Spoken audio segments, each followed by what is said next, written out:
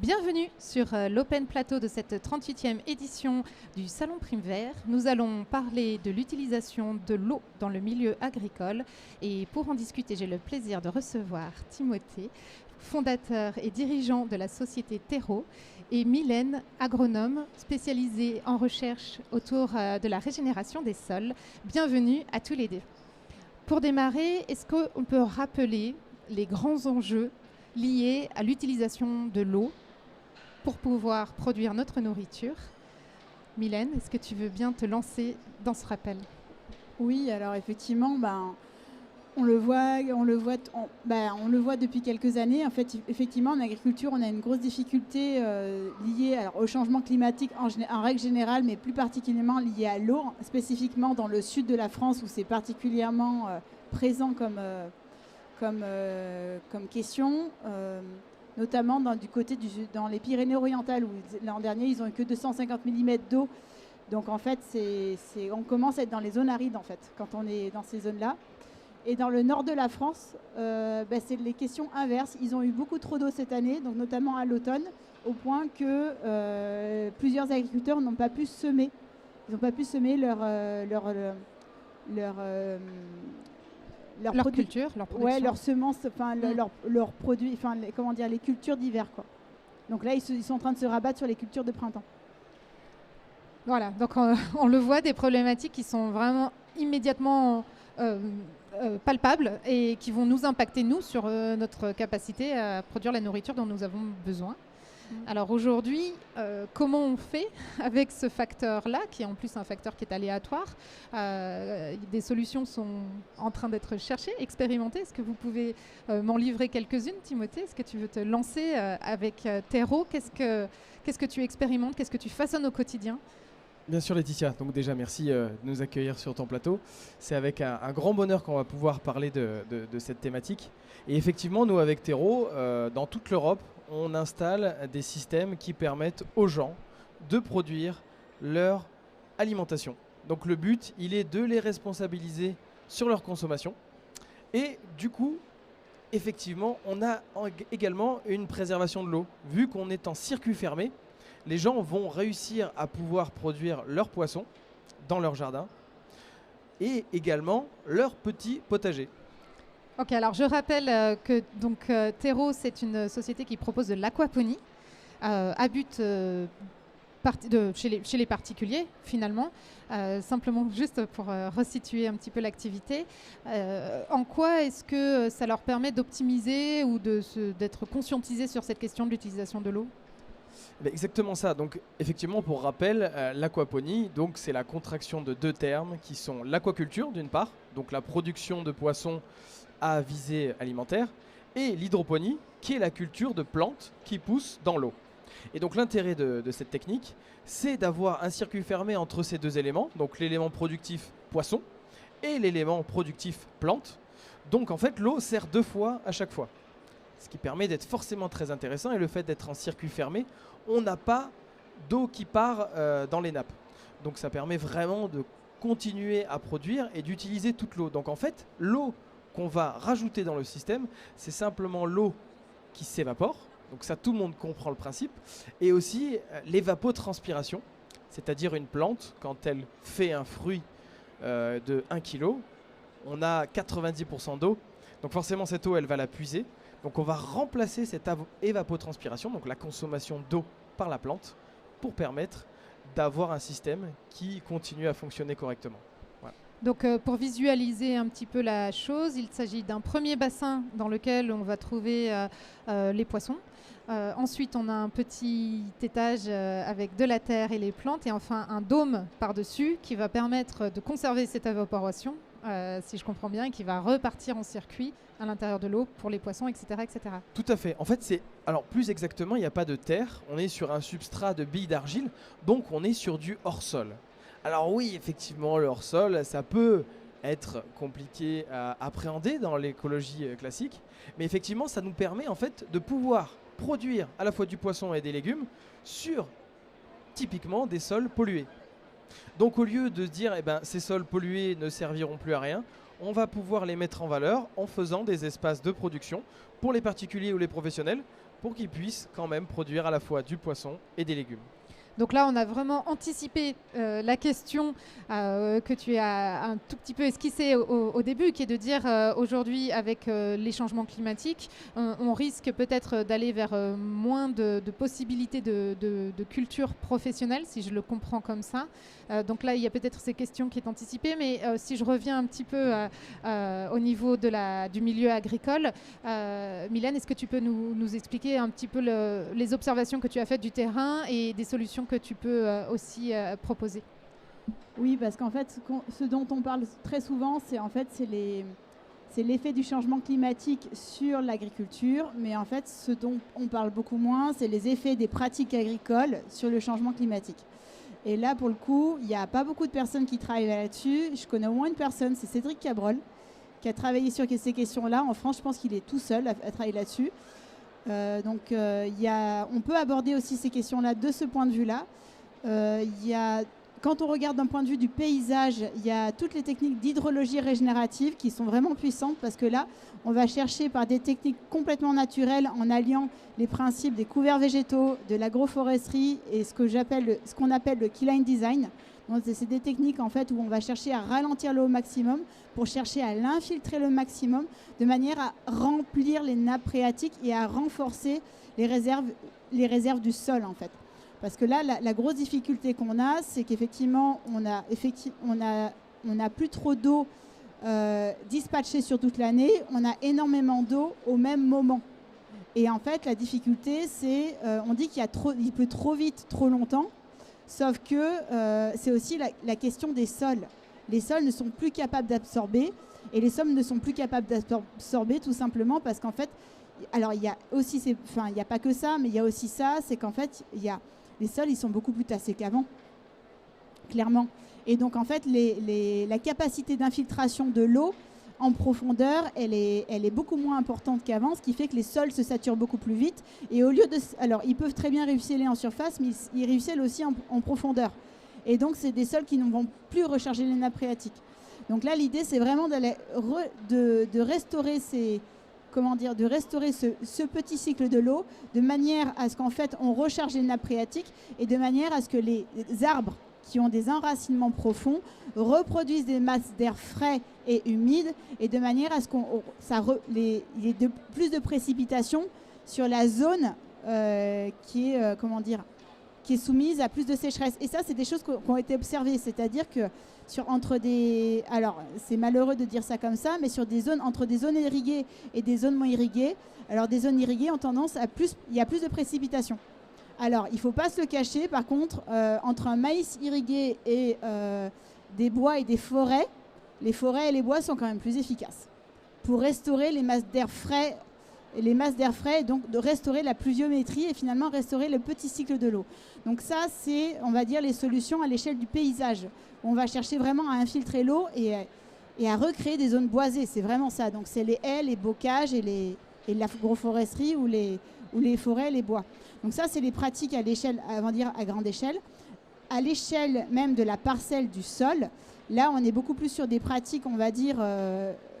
qui sont peut-être beaucoup plus connus, où on va chercher à faire en sorte que le sol ne chauffe pas. Et donc là, pour ça, il faut tout simplement que le sol soit couvert, donc couverts végétaux. On va chercher à faire en sorte que le sol retienne plus l'eau, donc il faut plus de matière organique. Donc pour ça, il faut faire des apports, soit de couverts végétaux, soit de matière organique.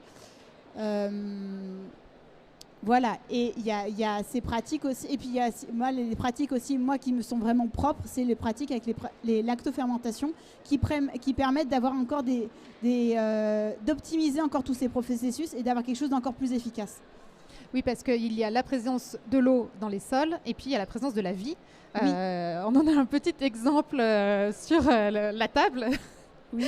Est-ce qu'on va pouvoir aussi parler du rôle de la biodiversité et des écosystèmes qui se trouvent à l'intérieur des sols et d'où en fait on a cette première étape déjà revégétaliser, remettre de la diversité au niveau de la surface pour prendre soin de ce qui se passe en dessous. Complètement. Bien sûr. Et donc effectivement, sur la table, on a donc des verres de fumier. Tu donc peux les prendre, ouais, tu peux, Ouais, les, bien tu peux sûr. les montrer parce qu'on les voit pas très bien là, je Voilà. Donc là, on a des verres Eisenia fetida. Donc ça, c'est plus des verres de fumier. Donc ce qui est important, c'est qu'effectivement, chez Terreau, on fait des systèmes qui sont hors sol. Donc on les voit très bien. Voilà. Donc ça bouge, ça vit. Et effectivement, d'être hors sol, c'est pas forcément hors vie. Donc c'est ça l'intérêt. Donc en fait, ces verres-là, nous, on va complètement les intégrer dans nos systèmes pour que justement, dans le substrat, donc nous, on va pas utiliser de la terre, on est hors sol, donc on va être sur un substrat de billes d'argile. Et donc la bille d'argile, l'intérêt, c'est qu'elle est bourrée de bactéries.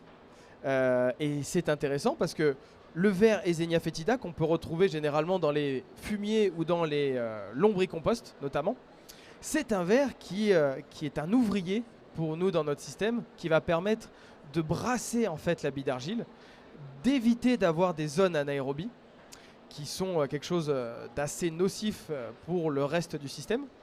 Et du coup, ça va également être un univers tellement plaisant pour le verre qu'il va se reproduire et va être naturellement rebalancé chez les poissons. Donc ça va permettre d'avoir quelque chose de très intéressant et d'emmener également des bactéries. Parce qu'en fait, le système nerveux central d'un système aquaponique, on est sur de la bactérie qui va permettre de rendre un élément nocif, donc le déchet que crée le poisson, donc l'ammoniac. Avec d'autres bactéries, il va être transformé en nitrite, qui est encore nocif pour le poisson et qui n'est pas bénéfique pour la plante.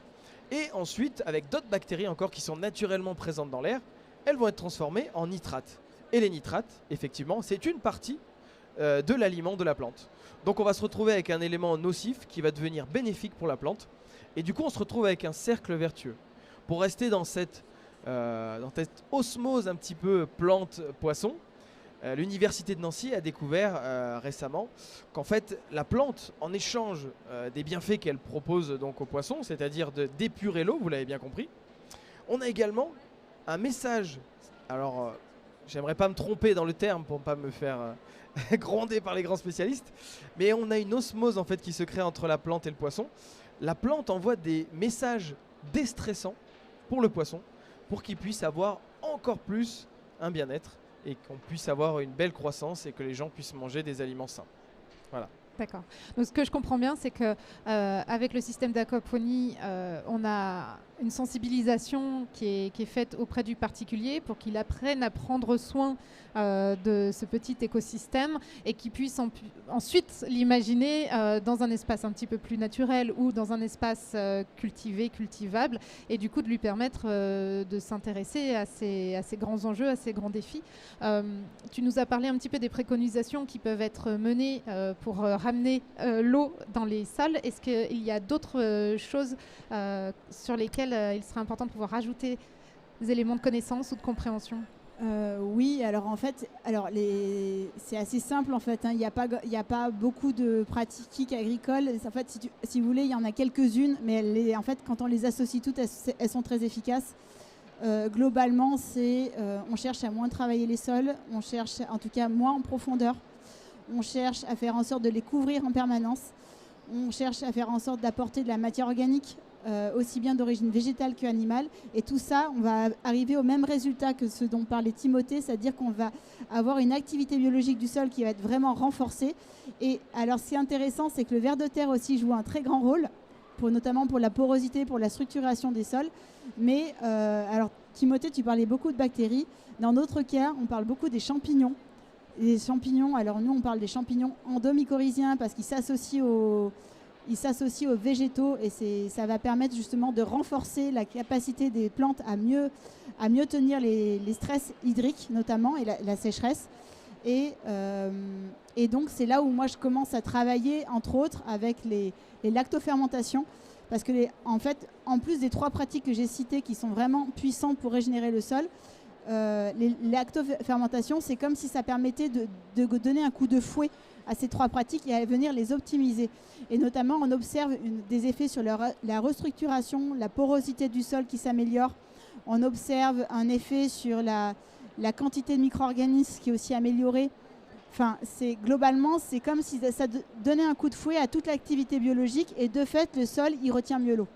À quel niveau de temporalité on arrive à avoir ces effets-là? C'est assez rapide, ça se fait en quelques mois.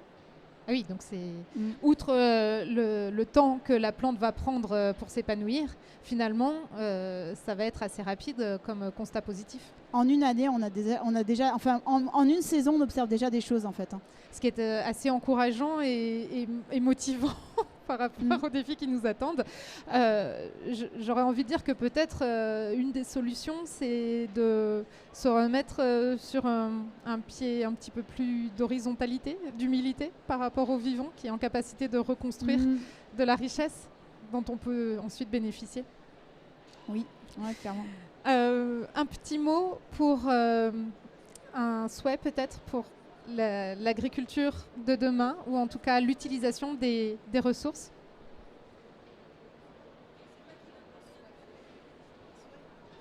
Oui, en fait, on peut aller encore plus loin parce que là, moi, j'ai parlé de 4 pratiques, mais on peut aller encore plus loin en travaillant sur le côté, la qualité de l'eau.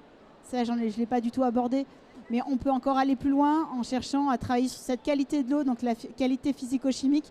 Et on peut encore réduire d'1 tiers les quantités d'eau dont on a besoin pour irriguer les plantes, en fait. C'est-à-dire qu'on a les mêmes rendements, on tient la même humidité du sol, mais avec 1 tiers de moins d'eau, juste en travaillant cette qualité d'eau. Mais bon, ça, pour moi, c'est la dernière pratique qu'on utilise, quoi. Et qui viendrait du coup compenser peut-être la perte de l'espace qui va bénéficier aux végétaux, qui ne sera pas utilisé pour de la culture. Ce manque à gagner sur la production va pouvoir s'équilibrer finalement avec l'utilisation moins importante d'eau ou un rendement qui sera plus intéressant. Oui, tout à fait. En fait, on va devoir apprendre à être très malin. J'aime beaucoup le fait de dire qu'on ne sait rien. Comme disait Socrate, on sait qu'on ne sait rien. Et du coup, ça permettrait d'être très optimisé sur la gestion de l'eau, ce qui serait intéressant, je pense. Ouais. Bon. Timothée, Mylène, on a ouvert une porte qui pourrait encore durer longtemps. Malheureusement, le plateau va s'arrêter là. En tout cas, je vous remercie beaucoup d'avoir pu apporter des éléments de connaissance et d'éclairage sur cet enjeu-là. Merci à tous les deux. Et je vais remercier également l'équipe technique amateur de ce plateau qui a été encadrée par Plume Studio. Je vous souhaite une belle fin de journée. Vous aurez d'autres vidéos sur autant de thématiques liées à l'agriculture, liées à la place des femmes dans le monde agricole, liées aux aspects culinaires sur la chaîne. Je vous souhaite une belle fin de journée et merci de nous avoir suivis.